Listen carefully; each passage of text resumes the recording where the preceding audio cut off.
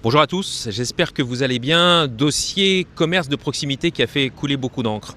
Alors je vais revenir un tout petit peu en arrière. Depuis le début du mandat, nous avons mis en place le projet Cœur de Ville. Le projet Cœur de Ville, il fallait dans un premier temps modifier le PLU.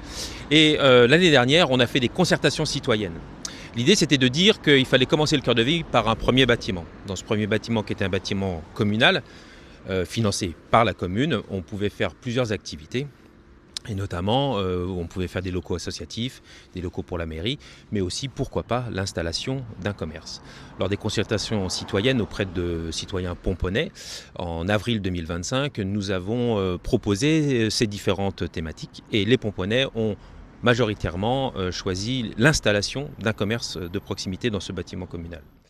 À l'intérieur du bâtiment communal financé par la commune, l'installation, les aménagements du commerçant seront spécifiquement financés par le commerçant. C'est important à savoir parce qu'on ne peut pas dire du coup que la commune finance un commerce, mais finance un bâtiment dans lequel on peut installer un commerçant comme on peut installer une autre activité, comme une crèche ou d'autres services ou d'autres activités. Au point de vue des finances, ce bâtiment il est estimé aujourd'hui à peu près 550 000 €. Là-dessus on récupère la TVA, alors pas exactement comme les entreprises privées, et donc on se retrouve avec 475 000 € à charge de la commune. Et il a été proposé lors d'une commission finance de faire différents types de financement, et dans le financement qui a été retenu par les membres de la commission dont faisait partie l'opposition, j'y reviendrai tout à l'heure, il y a la proposition de recourir à un emprunt pour environ 400 000 € de travaux. 400 000 € sur 20 ans, ça représente finalement lors de l'installation du commerçant spécifiquement les mensualités qui correspondent au loyer du commerçant. Ainsi, au bout de 20 ans, au bout de 18 à 20 ans, on se retrouve avec un bâtiment qui a été quasiment intégralement payé via les mensualités du commerçant qui couvraient les mensualités de l'emprunt. C'est aussi simple que ça. Alors, on pourrait prendre le problème dans l'autre sens, on pourrait se dire, tiens, si on avait conclu à une occupation choisie par les pomponais pour des locaux associatifs, on ne serait pas du tout dans cette, pardon de le dire, polémique.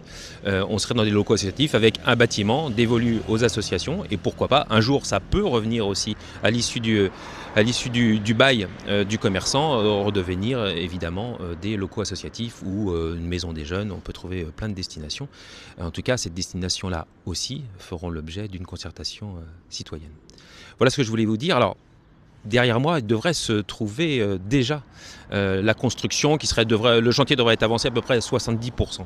Cependant, les membres de l'opposition ont attaqué le projet, considérant qu'il ne fallait pas faire ce projet-là, il ne fallait pas faire un projet finalement qui a été choisi par les pomponais. Donc, continuer à y croire, en tout cas nous on y croit, et on va continuer à faire en sorte que ce projet choisi par les pomponais, ce projet d'installation d'un commerce de proximité avec des casiers fermiers, avec des dépôts de pain frais, avec un petit coin café, avec un point relais colis, voit réellement le jour.